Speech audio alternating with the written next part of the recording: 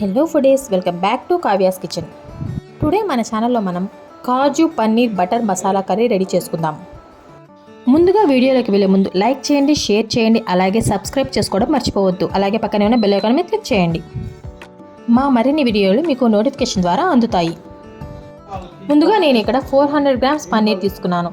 వీటిని ఇలా చూపిస్తున్న విధంగా క్యూబ్స్ లాగా కట్ చేసుకొని పెట్టుకోవాలి. ఇందులో ఒక హాఫ్ టీ స్పూన్ పసుపు, అలాగే కొంచెం కారం, అలాగే కొంచెం సాల్ట్ వేసుకొని బాగా మిక్స్ చేసుకోవాలి.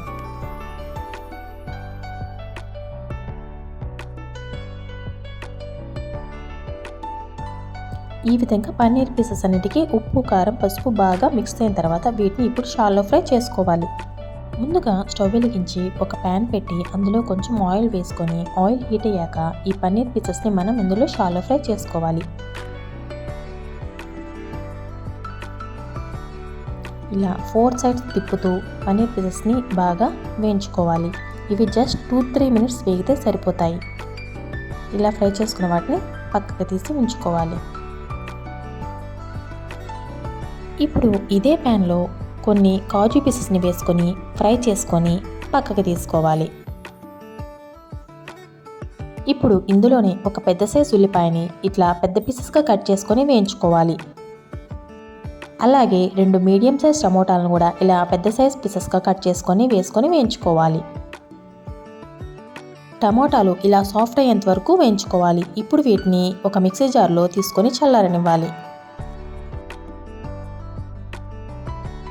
ఇది చల్లారిన తర్వాత ఇందులో కొన్ని కాజు పీసెస్ని యాడ్ చేసుకొని మెత్తగా పేస్ట్ చేసుకొని పక్కన ఉంచుకోవాలి. ఇప్పుడు అదే ప్యాన్లో ఇంకొంచెం ఆయిల్ వేసుకొని ఒక సన్నగా తరిగిన ఉల్లిపాయ ముక్కలు, అలాగే 4-5 పచ్చిమిర్చి చీకులను కూడా వేసుకొని ఫ్రై చేసుకోవాలి. ఇవి వేగుతున్నప్పుడు ఇందులో 1½ టేబుల్ స్పూన్ అల్లం పేస్ట్ కూడా వేసుకొని వేయించుకోవాలి.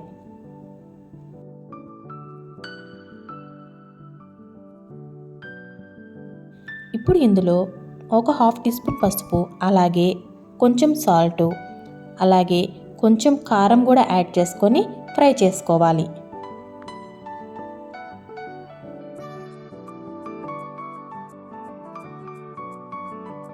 ఇప్పుడు ఇందులో ముందుగా మనం గ్రైండ్ చేసి ఉంచుకున్న పేస్ట్ని కూడా యాడ్ చేసుకోవాలి. ఇలా వేయించుకున్న తర్వాత ఇందులో కొంచెం యోగర్ట్ని యాడ్ చేసుకోవాలి. యోగర్ట్ లేకపోతే పెరుగుని కొంచెం బీట్ చేసుకునైనా వేసుకోవచ్చు. ఇప్పుడు ఇందులో ముందుగా మనం ఫ్రై చేసి ఉంచుకున్న పన్నీర్ పీసెస్ని యాడ్ చేసుకోవాలి.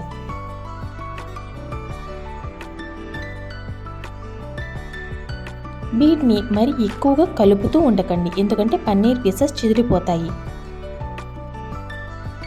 ఇలా ఆయిల్ బయటకు వచ్చేంత వరకు కుక్ చేసుకున్న తర్వాత ఇందులో half table spoon garam masala పౌడర్ని యాడ్ చేసుకొని మిక్స్ చేసుకోవాలి.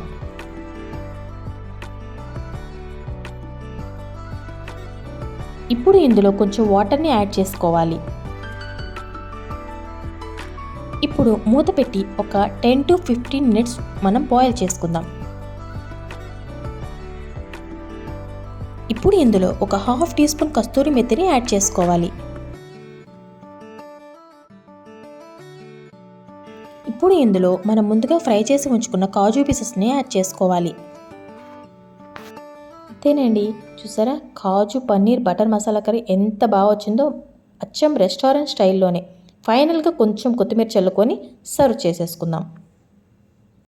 ఇది మనకి బగారా రైస్, రోటీ, చపాతీ, పుల్కా, అలాగే జొన్న రొట్టె ఇందులోకైనా మంచి కాంబినేషన్ చెప్పుకోవచ్చు. నచ్చితే ట్రై చేయండి. ట్రై చేసి ఎలా వచ్చిందో కామెంట్ సెక్షన్లో తెలియజేయండి. Thank you for watching. అలాగే సబ్స్క్రైబ్ చేసుకోవడం మర్చిపోవద్దు.